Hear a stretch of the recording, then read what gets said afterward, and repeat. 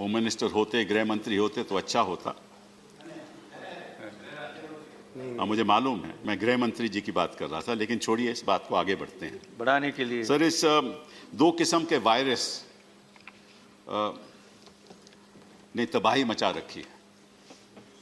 एक अंतर्राष्ट्रीय स्तर पर एक कोरोना वायरस चल रहा है और उसकी बुनियाद हमें अभी नहीं मालूम हुई, अभी रिसर्च हो रही है। इतना जरूर मालूम है कि वुहान से वो शुरू हुआ था और विश्व में फैल रहा है, और एक वायरस यहां चल रहा है। ये ऐसा कम्युनल वायरस है, वो तेजी से बढ़ावा उसको मिल रहा है, और इतना तो हमें मालूम है कि इसकी जड़ क्या है और कहां से आती है, इस बात का तो हमें मालूम है। और अब गंभीर बात यह है कि अगर आप मेरी तरफ देखेंगे तो अच्छा रहेगा सर। जी, मैं आपकी तरफ ही देख रहा हूं। गंभीर बात यह है कि जब ये वायरस फैल रहा था तो इसका साथ कौन दे रहा था? Who were the collaborators of this communal virus that was being spread? And that's a very important issue that I will wish to discuss today. और गृह मंत्री जी यहां बैठे हुए हैं, इन्होंने फुटेज भी देखी होगी। एक ऐसी फुटेज है जहां के पुलिसकर्मी खुद कैमरा तोड़ रहे हैं, खुद सीसीटीवी कैमरास तोड़ रहे हैं। अब क्यों तोड़ रहे हैं ये तो सभी को मालूम है, इसलिए तोड़ रहे हैं कि जो भी दंगा और फसाद कर रहे हो उनका एविडेंस सामने नहीं आए, उनके बेनिफिट के लिए तोड़ रहे हैं निश्चित रूप से। और साथ साथ में जो हिंसा हो रही थी उसका साथ भी दे रहे हैं। एक ऐसा हादसा एक और सोशल मीडिया में आपने देखा होगा कि पुलिसकर्मी एक जख्मी इंसान को लाठी के साथ उसको मुंह पे मार रहे हैं और उसको कह रहे हैं तू बोल जन गण मन गा, जन मन गण गा। मर गया उनमें से। उसके बाद उसकी मृत्यु हो गई। ये सब भी हमने देखा।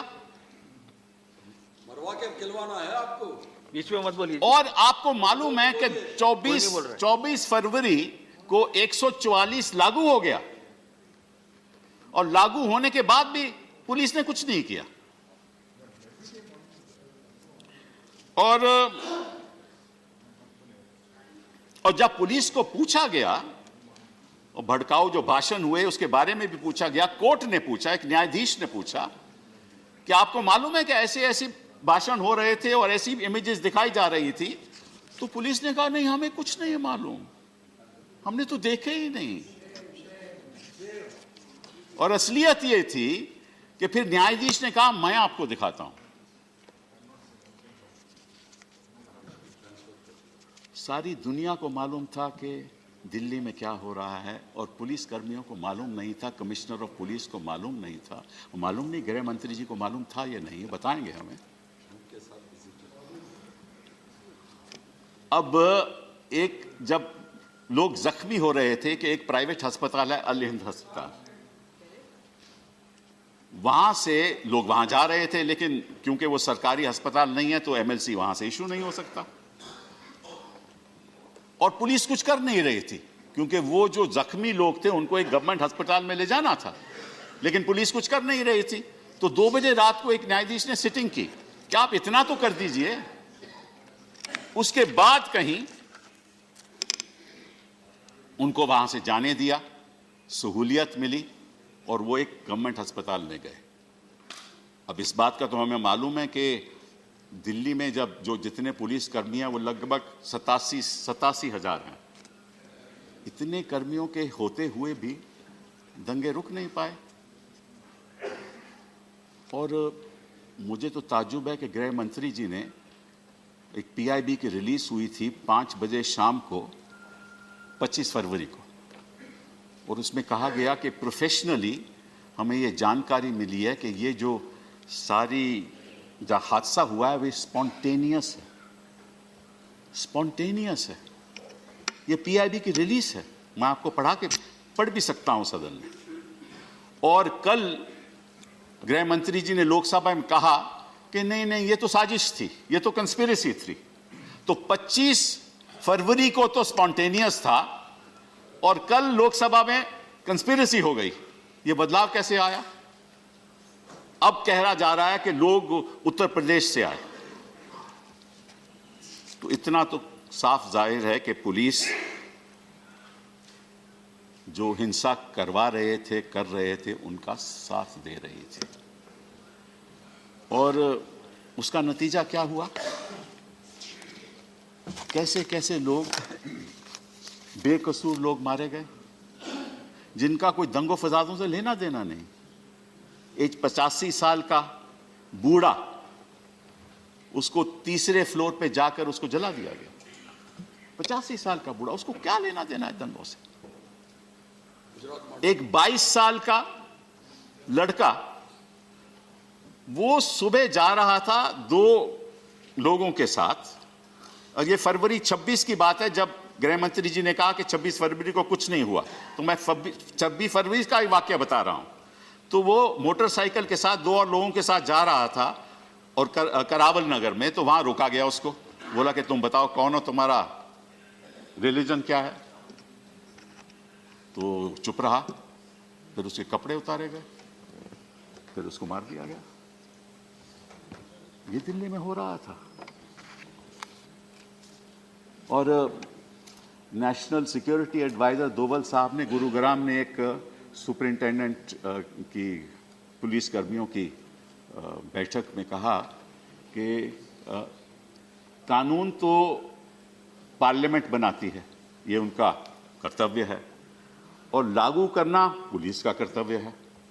और जहां पुलिस उसको लागू नहीं करती तो लोकतंत्र पे एक धब्बा है।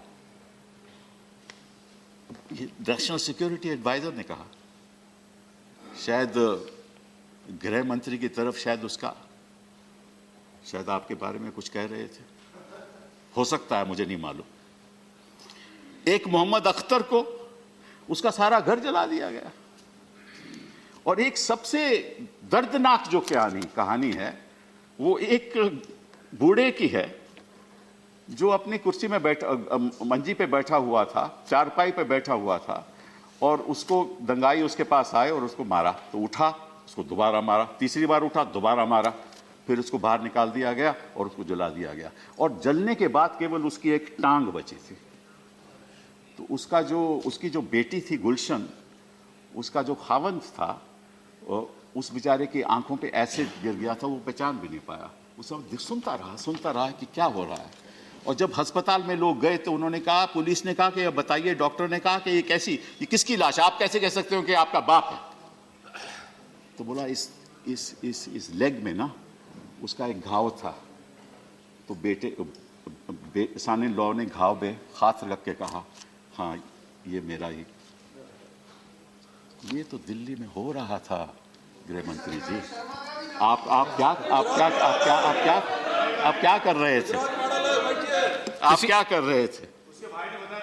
किसी ने बहस के बीच में नहीं बोलना है। वो लोग आज कह रहे हैं, गंभीरता से सुनिए। आज जो पीड़ित हैं वो कह रहे हैं कि किसका सहारा दूं, किसका सहारा लूं, कानून तो हथियार बन गया है। किसका सहारा लूं, कानून तो हथियार बन गया है। अब तो शहर में बेकसूर भी गुनहगार बन गया है। शहर में बेकसूर भी गुनहगार बन गया है। चल रहा था बेफिक्र होकर घर की सड़क पे, मैं उसी सड़क पे हिंसा एक त्योहार बन गया। यह है असलियत दिल्ली की, जहां कभी दंगे नहीं होते थे। और ताजुब की बात गृह मंत्री जी ये है, ताजुब की बात गृह मंत्री जी ये है, ताजुब की बात यह है कि नॉर्थ ईस्ट की टोटल जो आबादी है वो लगभग 22 लाख है। 22 लाख आबादी है। 2011 के सेंसस की बात कर रहा हूं। उसमें 68% हिंदूज हैं और 29% मुस्लिम्स हैं। और जो मेरे पास आंकड़े हैं, लगभग 53 लोगों की मौत हुई है, उसके 44 के तो मेरे पास आंकड़े हैं। उनमें से 32 लोग एक कम्युनिटी को बिलोंग करते हैं और 12 लोग दूसरी कम्युनिटी को बिलोंग करते हैं। तो ये हिंसा का नाच क्यों हो रहा था? वो वायरस की वजह से हो रहा था, किसी और वजह से नहीं हो रहा था। और फिर ये वायरस फैलाया किसने? ये वायरस उन्हीं लोगों ने फैलाया जो भाषण दे रहे थे, भड़काऊ भाषण दे रहे थे। आप भी भाषण देना है, आप लोगों को भी भाषण देना है। मैं पूछना चाहता हूं गृह मंत्री जी से कि जो भाषण दे रहे थे उनके ऊपर आज तक एफआईआर क्यों नहीं हुई? गृह मंत्री जी को मालूम होगा कि under section 153A of the Penal Code, and it says, whoever knowingly carries arms, whoever commits an offense specified in subsection 1 by words either spoken or written or by signs or by visible representation or otherwise, promotes or attempts to promote on grounds of religion, race, place of birth, residence, language, caste or community or any other ground whatsoever, disharmony or feelings of enmity, hatred or ill will between different religions, racial, language or religious groups, उसको 3 साल की सजा हो सकती है। और ये तो कॉग्निजेबल ऑफेंस है। जो कह रहा है कि देश के गद्दारों को, और जनता कह रही है, मैं कुछ बात नहीं कहना चाहता, वो तो कॉग्निजेबल ऑफेंस है। इसमें एफआईआर की देरी क्यों? उन लोगों के खिलाफ एफआईआर क्यों नहीं आपने दर्ज की? और जब न्यायाधीश ने पूछा तो आपके एक सोलिसिटर जनरल साहब ने कहा कि उसका वक्त अभी नहीं आया। It is not an opportune time to file an FIR. कोई एफआईआर का भी ऑपर्च्यून टाइम होता है? जरा हमें भी बता दीजिए, हम भी थोड़ा लॉ वॉ सीख लें।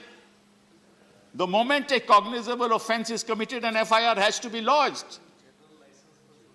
This is a license to kill. That is what was happening in Delhi. And the Home Minister must tell us कि FIR आज तक lodge क्यों नहीं हुई? एक आपका सदस्य कहने लगा कि अगर शाहीन बाग के लोगों, जब ये बाद में क्या होगा कि यही लोग आपकी हत्या करेंगे, बलात्कार करेंगे, आपको मार देंगे। ये तो कॉग्निजेबल ऑफेंस है अंडर 153A। तो आपने उनके खिलाफ एफआईआर की, क्योंकि आपके पार्टी के लोग हैं, वो इसलिए नहीं कर रहा है। हर्ष मंदर के साथ तो एफआईआर हो गई, लेकिन जिन लोगों ने ऐसे बयान दिए उनके खिलाफ आज तक एफआईआर नहीं हुई। और एक आपका पार्टी के शख्स है, वो कहता है कि भाई जाफराबाद के नीचे, जो मेट्रो के नीचे जो लोग बैठे हुए हैं, चांदबाग में जो बैठे हुए हैं, अगर वो 3 दिन में उनको वहां से निकालोगे नहीं तो हम सड़कों पे आकर कुछ करेंगे। तो ये भड़काऊ बयान नहीं है। अगर आप वाकई में इस वायरस को कंट्रोल करना चाहते हो ना, तो आप कर सकते हो, लेकिन नहीं, आप करोगे नहीं, क्योंकि ये वायरस फैलाना चाहते हो। और मैं आपको एक बात बता दूं, ठीक है, हम तो रहेंगे या नहीं रहेंगे, अगर ये वायरस युवा लोगों के मन में बैठ गया ना, तो न आप रहोगे न हम रहेंगे, और न लोकतंत्र रहेगा। लिख लो इस बात को।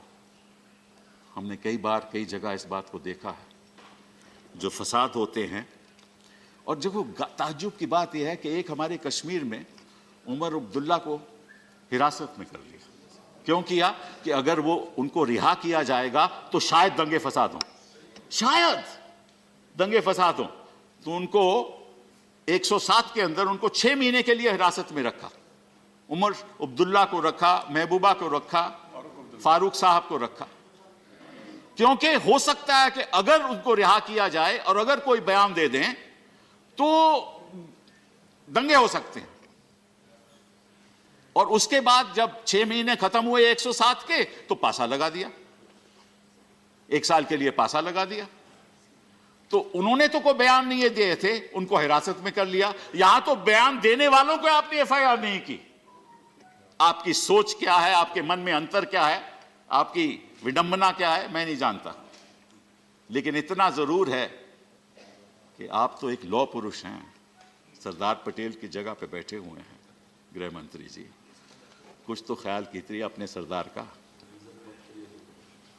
उन्होंने कभी नहीं चाहा होगा कि इस तरह से लोगों की हत्या, और मासूम लोगों की हत्या हो।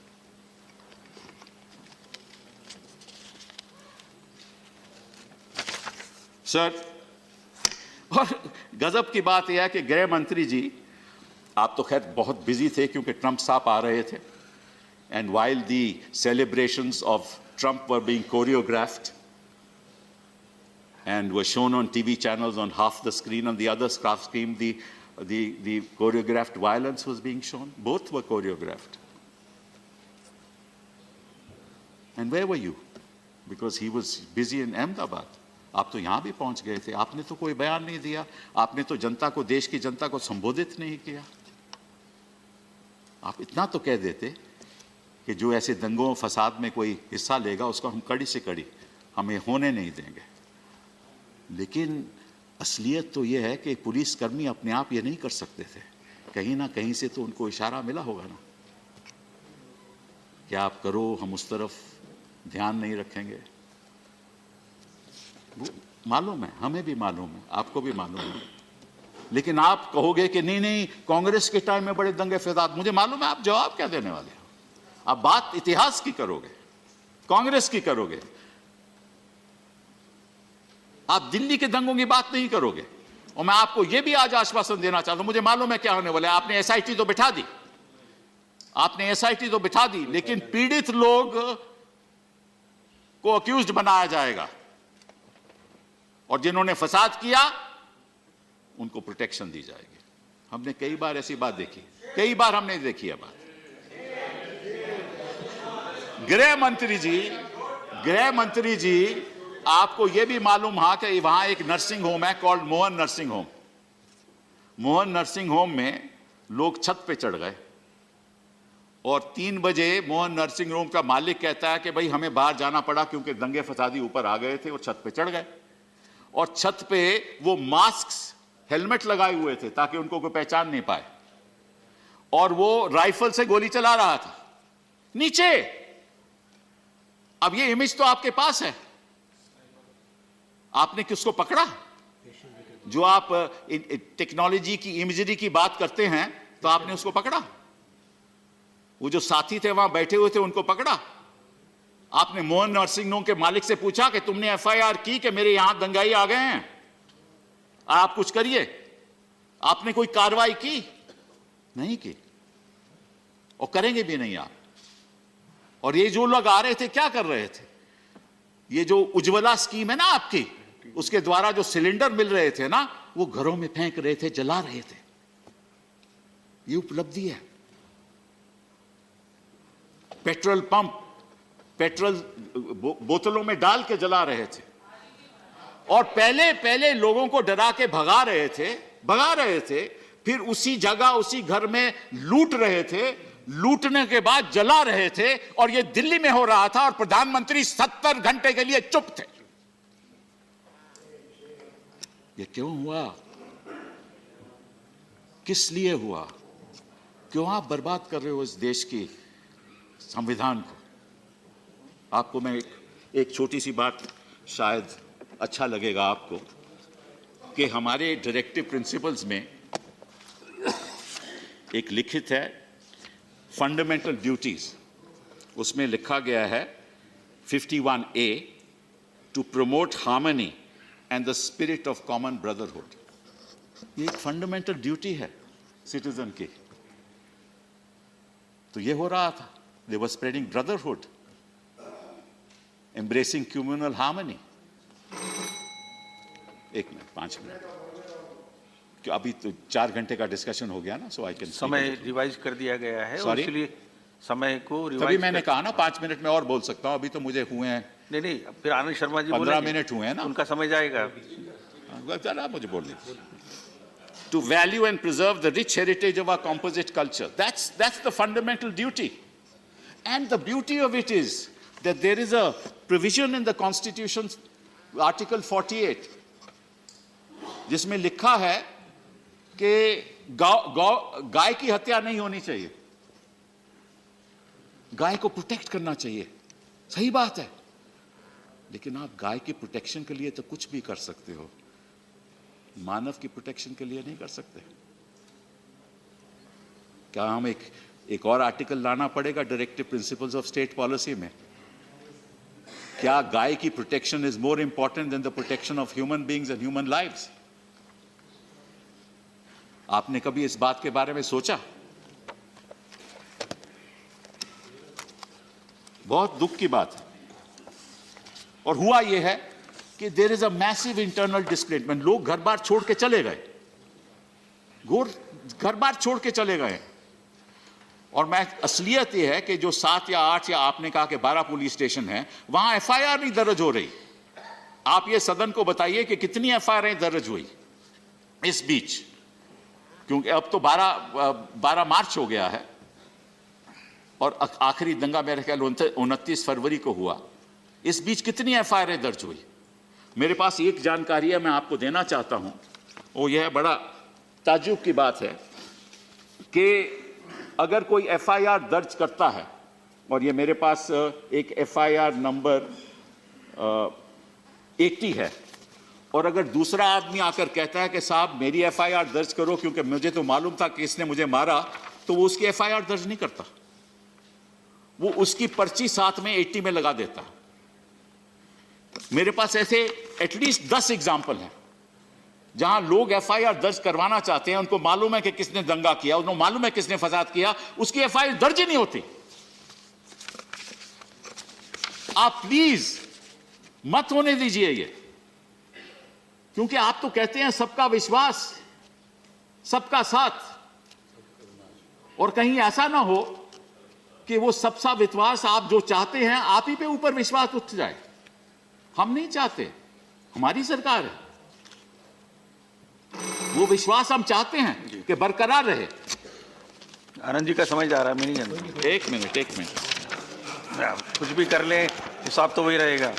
तो मैं आपको इतना ही कहना चाहता हूं, इतना गंभीर है, इसमें समय बढ़ा देना। मैं गंभीर हूँ, मैं इतना ही कहना चाहता हूं बड़ा हो, समय तो बढ़ाना चाहिए कि आपने जो बालाकोट पे सर्जिकल स्ट्राइक की, आपने जो बालाकोट पे सर्जिकल स्ट्राइक की वो सही किया, लेकिन अपने लोगों पे ऊपर क्यों सर्जिकल स्ट्राइक करते हो भाई साहब?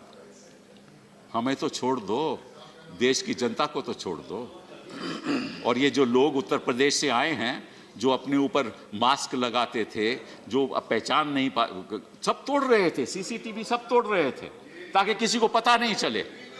तो उनको तो बोलो यार, मत सर्जिकल स्ट्राइक को अपनी ही जनता को के ऊपर छोड़ दो। ये आखिरी में आपसे विनती करना चाहता हूं कि ये देश एक महान देश है, एक संविधान भी एक महान संविधान है, और अगर हम इकट्ठा हाथ मिलाकर चलेंगे ना तो कुछ ना कुछ हम पाएंगे।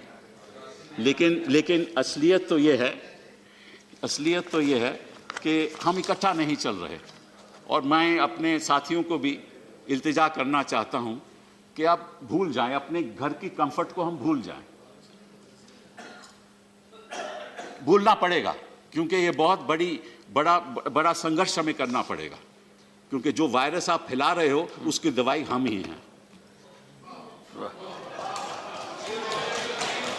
नहीं, हंसने की बात नहीं है। देखिए बाबा, आप करते जाइए। मैं आपको एक बात बताऊं, बिन खौफ के जब मैं चलने लगा, हवा का रुख भी बदलने लगा। चलिए, शुक्रिया। वो रुख बदलेगा, और मैं अपने सहयोगी दलों से कहना चाहता हूं, हम वो रुख बदल के रहेंगे और हम आपको इस देश को तोड़ने नहीं देंगे। बहुत बहुत धन्यवाद।